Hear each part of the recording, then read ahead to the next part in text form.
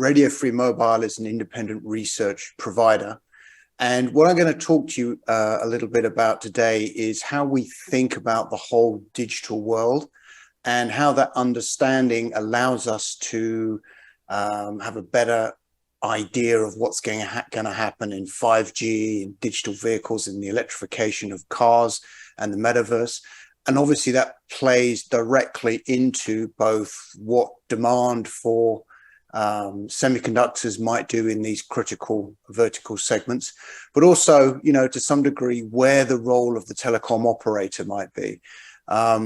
It's certainly the case that the telecom operator has really struggled to make much headway in the smartphone revolution, being mostly a provider of data capacity and not much more. Whereas with the next generation of digital devices, as they come into the ecosystem, perhaps there's an opportunity for the operators to be more than just bit pipes and actually offer some value-added services this time around. So I'll take you through a few slides, and the slides will be made available to you after the presentation. So there's no need to necessarily take notes or try and redraw any of the pictures. So with that, let's get started. So the digital ecosystem. This really all began in about 2007, but what's happening is digital services and offline services are becoming more and more digital, really driven by the smartphone. This began in 2007, accelerated in 2012, and now it's becoming ubiquitous across many other types of different devices. So it's very important to understand what the digital ecosystem is, because also the digital ecosystem is the fundamental driver of value and profit in this sector. So this is really how we think about it. The digital ecosystem is the environment in which users spend or live their digital lives. And so as a result of that, today, it is predominantly lived on smartphones and tablets. And also what has happened is over the last 20 years, what we've seen is that commoditization has crept upwards through hardware, through software, and actually into the services themselves. And I'll explain what I mean by that. If you think back to 2003 or 2004, Nokia could make 25% operating margin by changing the LED backlight of a small black and white LCD from green to blue. That was differentiation via hardware. If you look at where the hardware is today, all the devices look pretty much the same. If you look at the user interface, all the user interfaces look pretty much the same. And most applications are available across both iOS and Android. So where is the digital, where is the value? Where is the profit to be made? And that we find is in the ecosystem, which is the glue that holds together all of these services, the environment in which users live their digital lives. And predominantly outside of China, there are two. There is the iOS ecosystem by Apple and the Android ecosystem, which is very dominant in your part of the world, which is dominated by Google. These are the two main ecosystems that exist today. And what you find is that this is where the value of the industry has moved towards. So this is why the ecosystem is so important. It's companies like Apple and Google and Facebook and Twitter and Baidu and Tencent and Alibaba. These sorts of companies are the ones that drive the value in the digital ecosystem today. But what's also happening is that the digital ecosystem, what started in smartphones, is starting to spread across all of these other devices that are becoming more and more able to accept third-party applications and to become more digitized in their own right. This is why, at the moment when we think about the digital ecosystem, we think predominantly about smartphones and tablets, but that is changing. And two, we would call out in particular over the next 10 to 15 years as very important segments that are going from being almost completely analog to being digital would be one, automotive, and two, the metaverse. And also to some degree, smart televisions, but it's predominantly in the automotive and also in the metaverse where there is an incremental opportunity both for semiconductor companies and also for telecom operators, who I'm sure are very keen not to miss out as they've missed out on the smartphone. So that's really what we're looking at. Now, what's also very important in the ecosystem is scale, the number of users that you have. And this is one of the ways to look at the digital ecosystem is how many users does an ecosystem have? When I created the research service in 2012, we created this rule of thumb, which was, how do you separate the winners from the losers? And to date, that's been fairly easy to do, largely on the base of how many users have I got. So the rule of thumb is if you've got less than 100 million users, your ecosystem is not sustainable. You need more than 100 million. If you've got between 100 million to 300 million, you're in where what we would consider to be stable, not necessarily earning a good return on your investment, but certainly not losing much either. It's when you get to 300 million or more that one really starts to make a good return. And this is all about the network effect, i.e., when the bigger a network becomes, the value that it creates exponentially increases. And it should come as no surprise at all that all of the companies that make all of the money in this segment, Google, Facebook, Twitter, Baidu, Alibaba, Apple, Tencent, and so on, all of them have substantially more than 300 million users. And this is another important way that we separate who's good and who's not so good in the digital ecosystem. And this is increasingly going to be important when we look at the metaverse. And I'll come back to the metaverse towards the end. Now, one of the technologies that really supports all of this, of course, is going to be 5G. One of our research verticals, we look at 5G and we ask the question, do you need it? Is it any good? And what realistically can it be used for? Because what we've found is that a lot of marketing departments have talked up a lot of use cases, some of which I've found to be a little bit suspicious. So let's run through some of the advantages of 5G.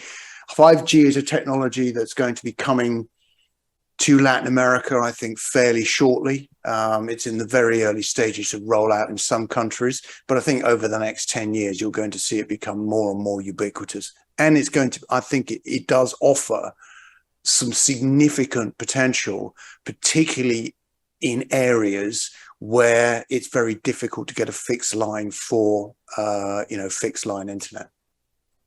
So what is the advantage of 5G? Well, the main one is that the 5G protocol differs from the 4G protocol in that it makes savings on the latency, i.e. the time that it takes a packet to go from the device to the server and back again.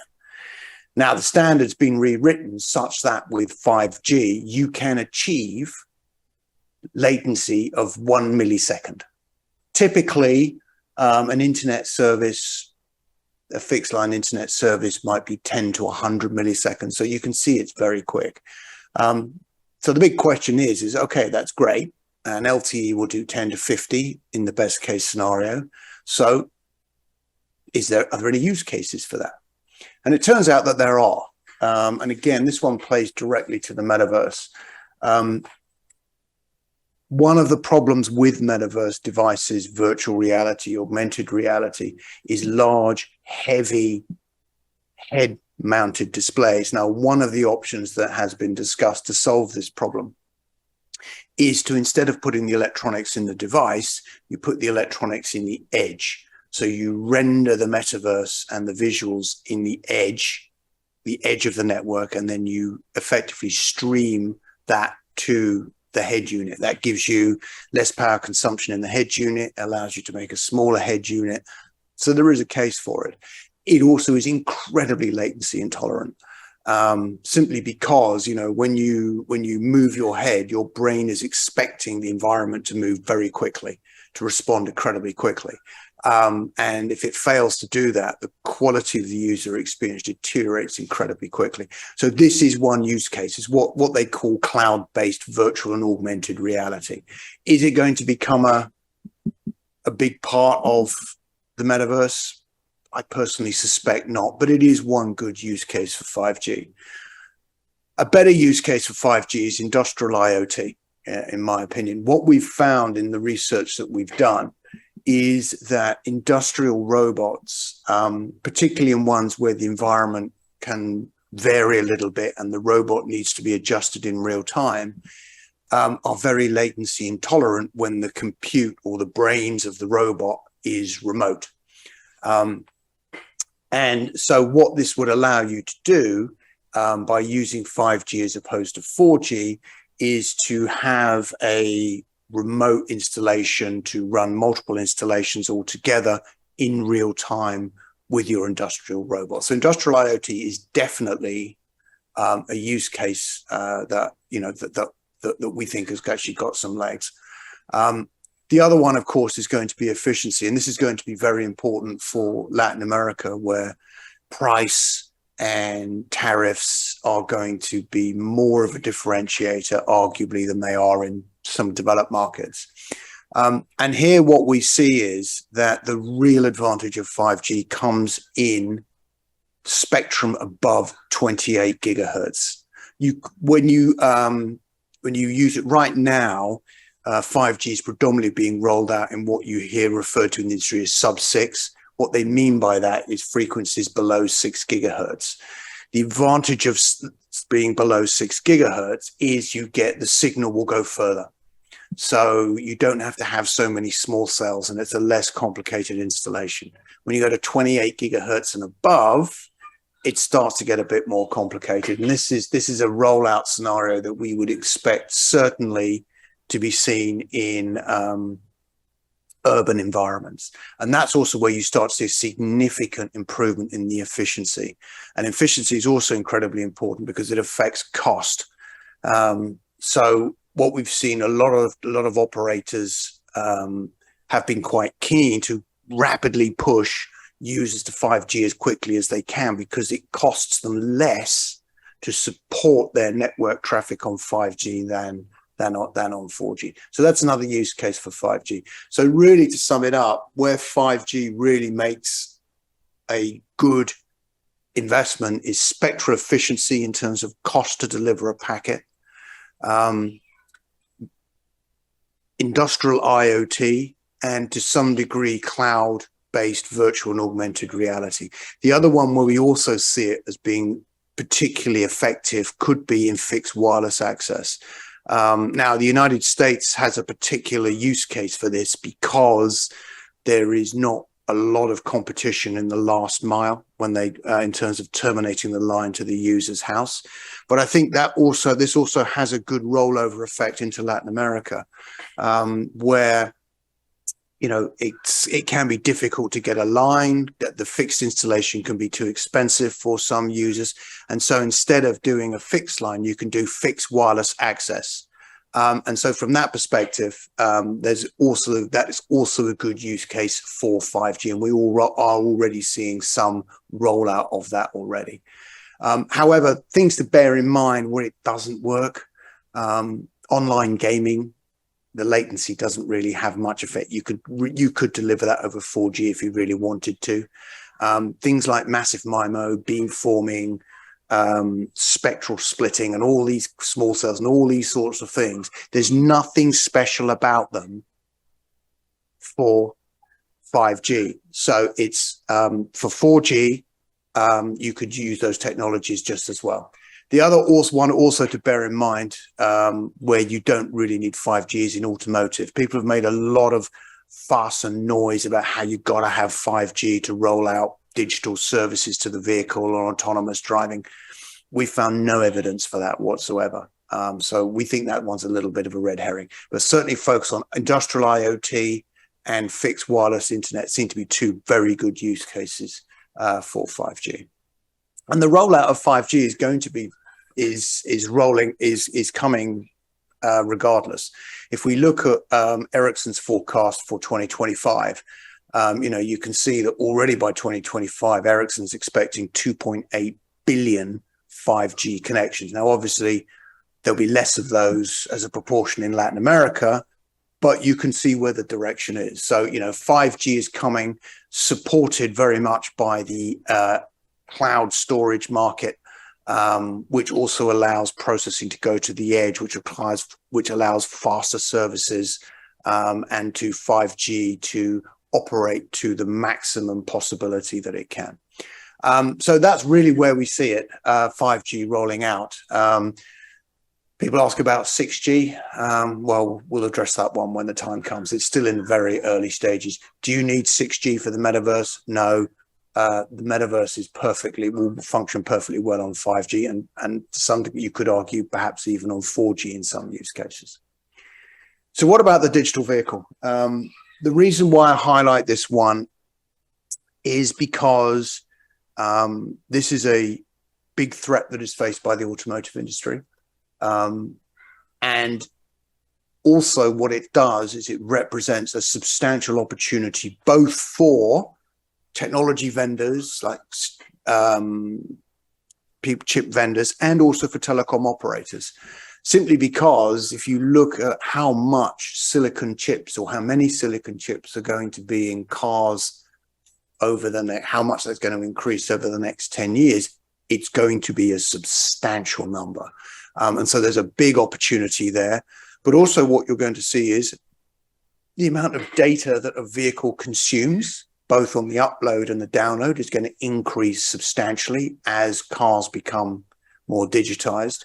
And so as a result of that, that also represents an opportunity for telecom operators to get a piece of the action in terms of the provision of services to the vehicle.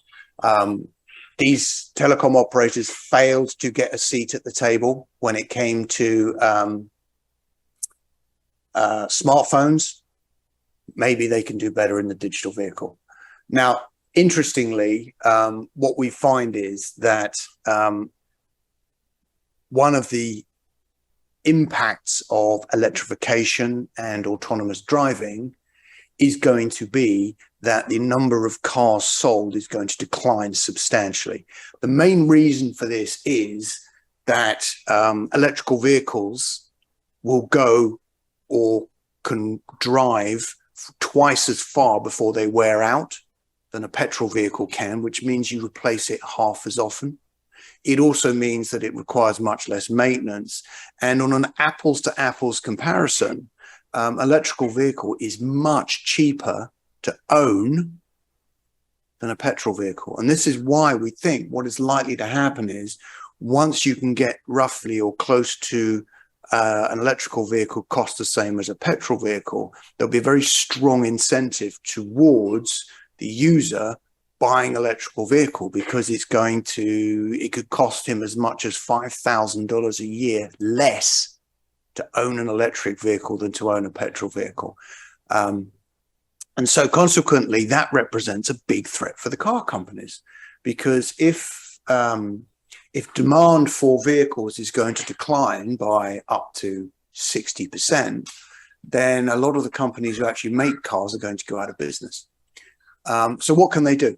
Well, one of the things that is happening is that what you're seeing is cars are becoming, I wouldn't say being smart, but they have more electronics in them. There are more services available in the vehicle. The vehicle gathers and analyzes and categorizes more data. So it has more knowledge about its environment. And as a result of that, it enables all sorts, a whole range of new types of services. So, for example, an obvious service that I think people would pay for in the vehicle would be a service that knows your route to work, that knows that you need a parking space every day. And it's a parking service where It will find a parking space for you, reserve that parking space for you, and then give you detailed directions to that parking space that is within a certain radius of your workplace, for example. That is a solving the problem of driving round and round in circles trying to find a parking place. And so from that perspective, when you look at it, you can see how there may be a good demand for a lot of types of digital services in the vehicle. Now, what we've done is, because the big question that everybody asks is, well, okay, how much? How big could it be? The answer is nobody really knows. So we looked at it backwards, which is, if consumers are going to spend less money on vehicle transportation because they buy cars less often and they're cheaper to run, then that is spending that is being released into the economy for other things. And this is how we've had a brief look at what digital services in the vehicle might be worth. So what we've done is, and we're using the United States as an example. This blue bar is, if you look around about 2022, where we are today, this blue bar is $2.3 trillion, $2.4 trillion, which is how much users spend on vehicle transportation in the United States every year. That's everything: buying cars, servicing them, petrol, and all of the other costs that are associated with that. Now, if they're going to purchase cars less frequently and it becomes cheaper to drive, obviously that total spend is going to decline massively. So what we've done is said, okay, this is our forecast for it declining massively as electrification and autonomy takes hold. But let's say it never happened. What would happen if we carried on driving petrol vehicles manually forever? And the answer is that vehicle spending or transportation spending would increase in line with the economy, which is what that top line is. So the white bar is the spending that's being released into the economy, that's available for other things. We don't think all of it necessarily goes to transportation services, but what you can see is that this number could be $2 trillion or more. It's a very, very large opportunity, which means that it is worth addressing. And this is some of the challenges. This is the main challenge that lies before the car makers today. Because if you want to get access to or to offer services to users in vehicles, you need them to engage with your digital experience. And I'm sure many of you are familiar, is when you do navigation in a vehicle, most of the time you use your smartphone. So at the moment, the vehicle's maker's digital experience is being replaced or not used, and the smartphone is being used instead. This represents, in my opinion, the single biggest threat to the automotive industry today, because unless the vehicle makers are able to replace lost vehicle sales with digital vehicle services, the chances are that many of them or all of them will not survive, i.e. what that would mean is 26 car makers around the world is consolidated into 4. So mass consolidation. Which is a pretty disastrous outlook for the industry. And you can bet that both Google and Apple are doing everything they can to make sure that it's their ecosystems that go into the vehicle rather than those of the vehicle maker. And this is why there is this very tense relationship between Apple and Google and the vehicle makers. And at the moment, Apple and Google are winning. And the main reason is simply because the Apple and Google user experience in the vehicle, while not very good or not optimized for a vehicle, it's a lot better than what the vehicle makers are currently offering. And that you can see here. This is how we look at the digital experience of the ecosystem. 1 and 2, these are like simple tests that we do to assess the quality of an ecosystem. 1 and 2 are all about the ease and fun access to the digital services, and easy and easy to set it up. 4 is about, do third parties develop for my platform? And 7 is about a consistent user experience, so that when I go from one device to another or one version of the code to another, the experience is the same and consistent. And what you see here is both Android and Apple. They're not particularly good in the vehicle anyway, but they're better than what the vehicle maker is currently offering. And certainly when it comes to third parties and software consistency, CarPlay, Android Auto, Android Automotive are much better than that being offered by the vehicle makers. So the vehicle makers are at real threat.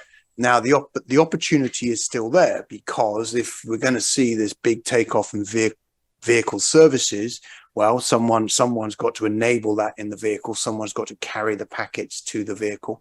So there is space at the moment. It's very early stages, but there is space both for the telecom operator to offer or help the car makers offer a differentiated service rather than just being a deliverer of packets.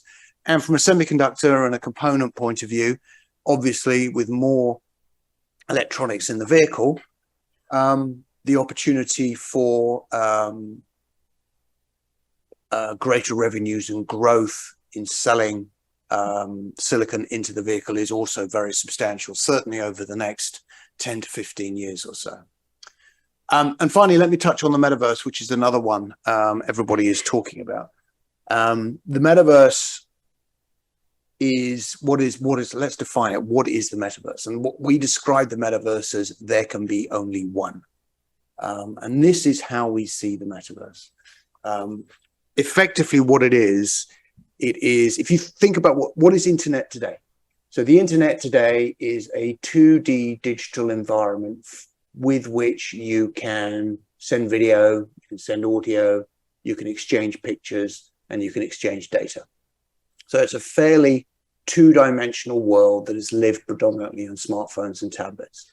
What is the metaverse? Well, the metaverse takes that internet 2.0, if you like, and expands it to become an immersive 3D environment that users can interact more deeply with one another and with services and so on and so forth.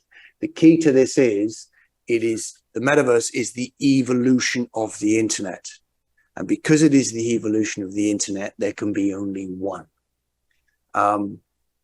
Because not everybody is going to use a metaverse device all the time, which means all types of devices, even smartwatches, have to be able to access the metaverse, albeit at a very limited degree, but they have to be able to access it. And this is why we draw all of these device categories around the metaverse, because they all need to access it. It's just that if you've got a smartphone, for example, your window onto the metaverse is going to be very two-dimensional. It's a two-dimensional window into the metaverse. Whereas if I've got a virtual reality or an augmented reality head display, then I'm going to be more immersive. But the key to it is, it's the same environment. And this is the absolute critical piece for the metaverse to take off. There can be only one, just like there's only one internet. Now, that next question is, well, okay, what does that need to take off? And what we've done is we've identified 7 things that need to happen. And we've split them into 3 categories. The first one is what we call hardware and engineering. These are things like making the head units comfortable, good quality optics, great quality sound, networking, which means fast internet access to the device, and of course, compute, which is all of the processing that goes on in the cloud. These are hardware and engineering issues, and we put them all together in one. The second bucket, which is the green one, is what we refer to as software, business, and strategic issues. This is a much more difficult problem to solve, particularly around interoperability. And I'll spend a little extra time on interoperability because it's very important. This is about getting the platform right and ensuring that all of the different solutions work together optimally. And then finally, what we refer to as the software and services issues, which is 1, the content itself, the services, the games, the apps, the video, the 3D immersive services and so on. And then also the payments, i.e. running the economy of the metaverse.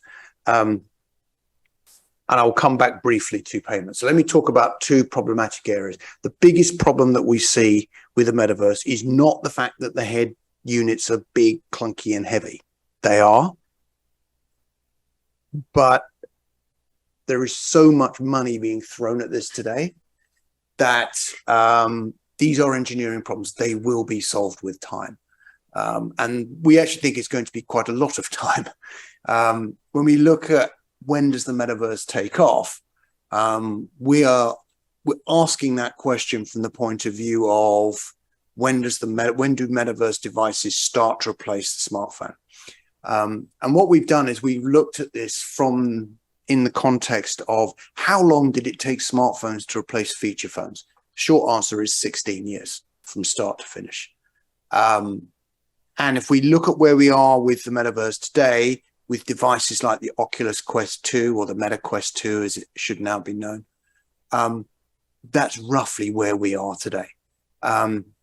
So it is likely to be another 2 or 3 years at least before we start to see the iPhone of the metaverse, if you like. And it won't necessarily be created by Apple. It could be somebody else. And then after that, it'll be a few iterations. And then you might start to see the metaverse take off. But either way, you're looking at the middle of 2030 before the metaverse becomes the predominant or the preeminent device where users live their digital lives. And that is a big if. We look at it from a point of view of two scenarios. Scenario one, metaverse fails. It becomes a niche, it remains a niche destination. And two, metaverse takes off. And those really are dependent on what we've referred to as the interoperability problem. Now, I've outlined that on this slide here. What is happening today, you've got all of these players like Sony and Meta and Apple and Valve and Varjo and a whole number of other players in the metaverse. They're all creating their own single metaverse. This is my metaverse. Here's my hardware. And you can't go anywhere else except in my place. What you've got is a series of standalone networks, none of which talk to each other. That is not going to allow the metaverse to take off. And this is where we are today. This is at the bottom left of this chart. Now, what happens is if you take two populations of users that are the same size, if those users all are in one network, as opposed to spread out among a load of smaller networks that don't talk to each other, the value creation opportunity is orders of magnitude greater when it is one network. This is why there can be only one. This is why interoperability is the single most important issue that is going to affect the takeoff of the metaverse. But at the moment, the trajectory we're on at the moment is everyone doing their own thing, like Apple, which means at the moment, the trajectory is for failure. Now, hopefully, as I outlined to you before, there's quite a lot of time before this is going to happen. So there is time to sort this out, but this really is what we're looking for. Interoperability between all of these different solutions that is completely seamless. It's a big ask. The other thing to bear in mind is when it comes to payments, I'd like to explode a myth here. The myth is you need crypto and Bitcoin to run the metaverse. This is a view with which I respectfully disagree. The reason being is that Bitcoin and cryptocurrencies and blockchain is very unsuited to running a payment system. So a payment system needs to be low cost, it needs to be flexible, it needs to be fast, and the token of exchange must be stable in its value. If you look at Bitcoin and you look at Ethereum, it is obviously none of these things. And if you then say, well, are there other digital payment systems out there that fit those requirements much better? Absolutely there are. They're called Alipay and WeChat Pay. And that's one of the reasons why they're so big in China. And so there is no reason why crypto should run the metaverse. Now, that doesn't mean that it won't, but what it means is a lot of improvements need to be made to the blockchain and to cryptocurrencies before they're going to be suitable to doing anything in the metaverse. Again, there is time basically to sort this out. Just to give you an idea of where we are today, the metaverse that exists today is irrelevant in terms of its economic impact. If we look at total usage, then usage of metaverse devices is 0.013% globally of total smartphone usage. It's a rounding error of insignificance.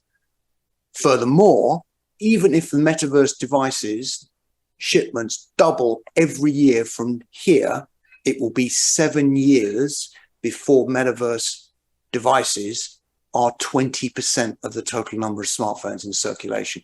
This is one of the reasons why it's going to take such a long time, even with exponential growth.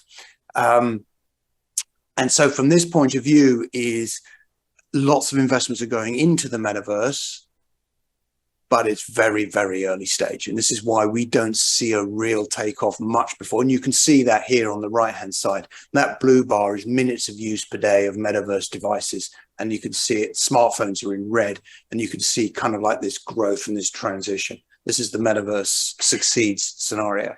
And so from that perspective, you know, you can see it's 2030 before metaverse devices are used more than smartphones. So it's going to be a gradual, long, slow transition. So where are we today? This is what we call the race to the metaverse, with the end game in 2030. And here are our 7 pillars that I outlined to you before. What you can see straight away, where we are today, we're inside that blue arrow, which I've blown up here for you in the red circle. What you can see at the moment, Meta is in the lead. We also think that companies like Fortnite and Roblox have an early head start, not necessarily because they have hardware or because they're available in the metaverse, but because they have 3-dimensional dynamic environments with hundreds of millions of users that makes good money. So they're in a very strong position to become strong metaverse or have strong digital ecosystems in the metaverse. At the moment, the big guys, Apple, Google, Microsoft, are right at the back.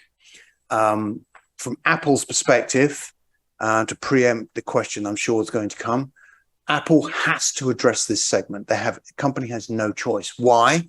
Because Apple's business today is a smartphone business. And as I highlighted to you here before, is if usage of smartphones is going to fall off a cliff and be replaced by metaverse devices, unless Apple has a metaverse device that is successful as its smartphone, its smartphone business is going to collapse, just like the feature phone business of Nokia's did 15, 16 years ago.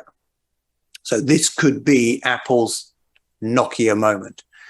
From Google's perspective, Google has not really said much about the metaverse at all to date, other than it thinks it's going to be virtual reality based. Again, I think that, you know, at the moment, Google is probably quite far behind in the metaverse, and very similar thing for Microsoft. So the big guys have got a lot of ground to make up. And this is also leads me to think that arguably it might not be the big guys that are the big companies in the metaverse. You know, these kinds of dislocations in the market are ripe or create big opportunities for new companies, for new entrants to come in and disrupt the old status quo. And the migration towards the metaverse is exactly one of those. So don't necessarily assume that it's going to be Apple, Google, Microsoft, the usual suspects. And don't even assume that Meta Platforms is going to end up being the winner, because quite possibly it won't. And again, if you're looking at from a telecom perspective, all of these devices are going to need networking with new services, with new use cases for these devices. Again, there's another opportunity for the telecom operators to provide or have a seat at the table when it comes to the provision of these services and not be a bit pipe.